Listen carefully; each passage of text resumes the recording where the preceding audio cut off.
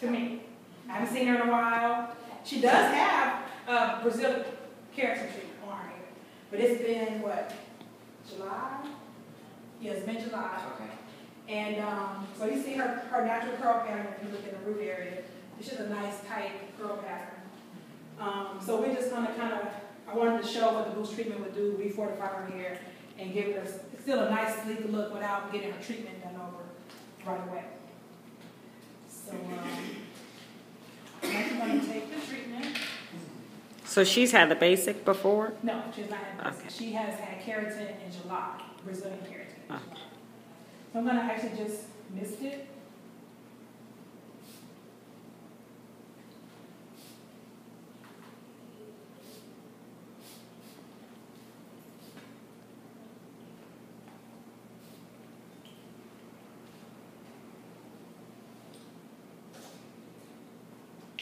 Through each section.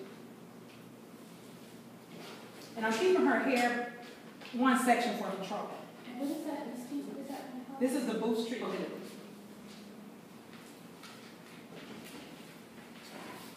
Because part of getting an effective blow dry is having control of the hair. And if I let her hair go, it will just dry on me and I will be out of control. I won't have control and it'll just be all over the place. Some people, I let some clients, if they have soft waving hair, it's going to dry for a minute and let the moisture dry out. But if they have tight hair, I need to stretch it out while it's wet, because the water is my friend. If I let this air dry up on me and then try to go back and... You can forget about just the flat ironing. Yeah. It's hard to just... Yeah, I would have to go back and mist it with some water or something so that I can get the, have control. Yeah. So I always make sure I loosen up the ends first. You don't want to start down here and get stuck after ripping hair. So I make sure I'm loosening up the ends first. I like a 7 or 9 roll rubber brush. I like a dimmer brush on dimmer brushes, but this is the next thing I can find is that. This hair is dry. So there's no reason for me to ride this hair. Right. I need to get this hair straight. You want to hold her head out a little bit? I'm never putting the blow dryer on her scalp like this because it will burn her. It looks like I'm doing that, but I'm doing it real fast. I lift the hair up. That hair is now straight. If I dry it straight, it'll stay straight. So when I go in,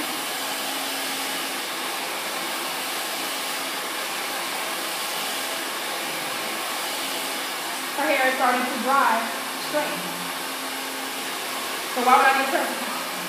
At all. Because I'm doing my work with the blow dryer.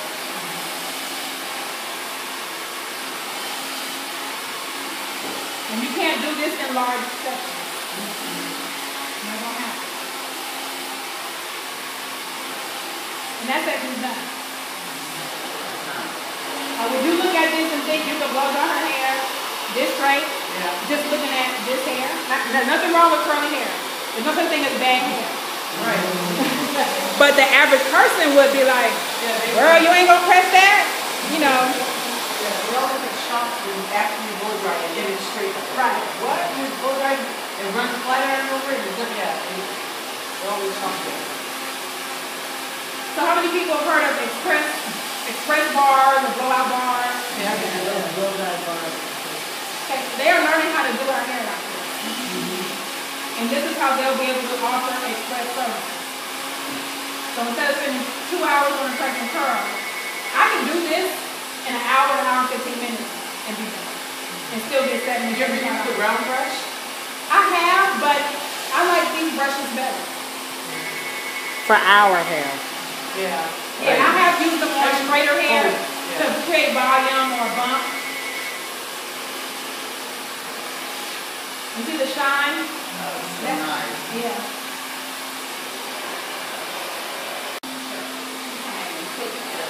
See that? That's nice. That looks like a soft press.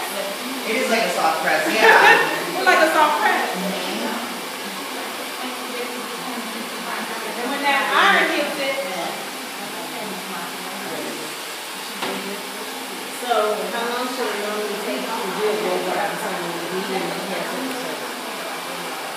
Me, 15 minutes. The average person, 20, no more. It shouldn't take you no more than 20 minutes to blow dry somebody's hair. That hair is drying up on you. You gotta practice getting it down in 20 minutes. You gotta get you a rhythm. You gotta get your sectioning, do your ends, go and stretch the roots out. Now, I'm doing these little sections because it's class. I could easily take my big paddle brush and smooth out the ends, and then go back and take smaller sections and pull it. Yeah. Just to cut down the time, huh? Yeah. That's just me. That's why when people I train, they'll try to do what I'm doing. I'll be like, you're using the wrong brush. Why are you doing this? And they're just like, I'm like, that's not what I do. But it looks like that's what I do. Because you got it down, it's just so easy.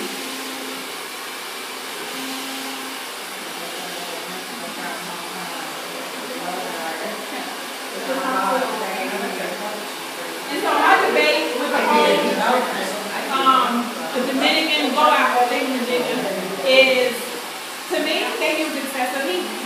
Yeah, they So do. what you wet set it? You have now fried it. And you're gonna put the curling iron back in it. That's what I don't Pick a heat. Pick a heat. The blow dryer, the dryer, whatever that is. Pick a That's heat. what I didn't get. It's like heat 3 times for what heat.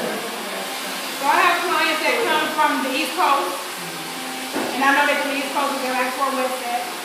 And I'm like, look, if you want that whole wet set, blow dry, press the grooves, bump the ends, I'm not doing that. I see more rawness to me. But what I do is do a ceramic set. I can blow dry you, I use ceramic irons, I can set it with body, I can smooth it and sip it out. But I'm not doing all that. Would we set the curl with the pin? Right, and let it set. By the time I finish, if they want body, I'll set it in the top, bump the other part. Yeah.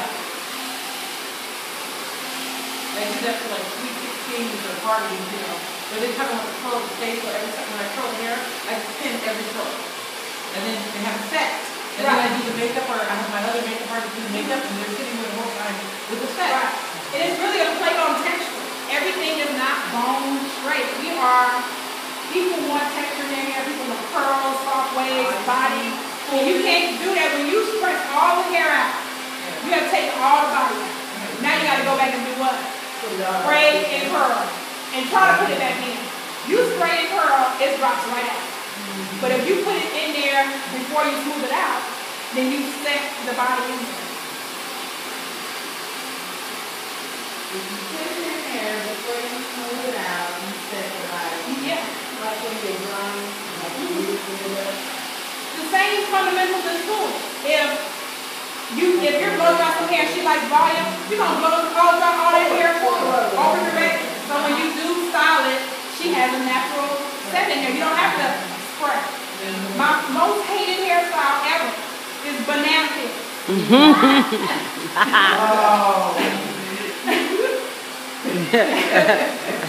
It's like a faux way of putting what appears to be volume in the hair. And it was all done with spray and heat. Don't come to me asking me for those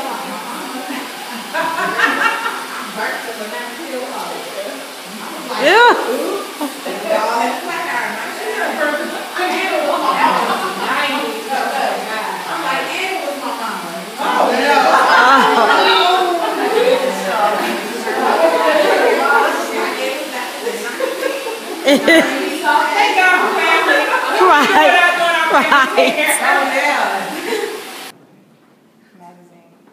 Ooh-wee. Go boost. Go boost. Huh? I know, I'm so happy. It's silky, silk. Looks like her. Mm-hmm. Because this is a temporary, so even if you wanted to introduce your clients, start them off with this, and then move them on to, I know if none of your clients are on the service, I did an introductory to get my clients to try treatments. What was the introductory?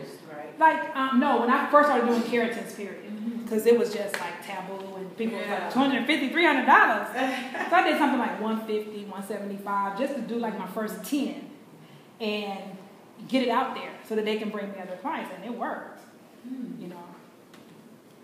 Cause those starter kits for those other companies was like $500 and up to get products. What I like about this, and if you're a booth renter, you don't need all of that product. That's true. So this is in an economical size that, if at maximum you may order once a month. If you're going through a bottle of that once a month, you making some money.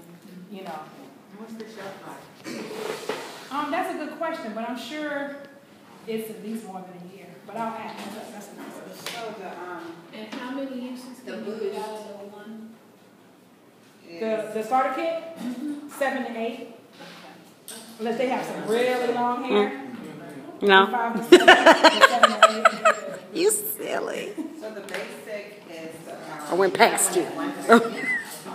No, this one is 50 for the starter, and this. No, service. Oh, the service starts at. Yeah, I do anywhere, like when I say short as a texturizer, 150, but I usually do between 175 and 250. You know how much that is. Boots. I may charge them $10 to $15. It's so uneven, but she's been trying to get some of the curl out, Mm-hmm. and I don't want her to use relaxer. You know, I want her to grow her hair out, you know, with the treatment. And I'm trying to get her out of these braids. I can't get her to use And you know why? Well, a lot of women out here wear braids and weaves because they cannot manage their hair without it. And I have a client who grew out a relaxer for the last 3 years. She's been a keratin treatment. She had about 4 keratins, then she went into braids, a weave for 1.5 years off and on. She just came to me and I did her highlights. Her hair is down here. With relaxing, her hair never was past here and it was always thin. Now she's embracing like her natural curl pattern. So this time she opted for the smoothing treatment because I told her, you know, she had like this much regrowth because she had been in the weave 1.5 years. So now she wants to cut off the old keratin on the ends that's straight and just work on loosening up that pattern and being able to go back and forth. She would have never done that. That surprises me because she was always a relaxer, get it straight, every 6 weeks on the nose. And so now she's embracing her. She can manage her hair herself. So I'm able to get the hairline, like you guys, how you get the edges. It takes a little, it's not as quick as pressing, but it's healthier on the hair. And if you keeping some hair on somebody's head, you always be in business.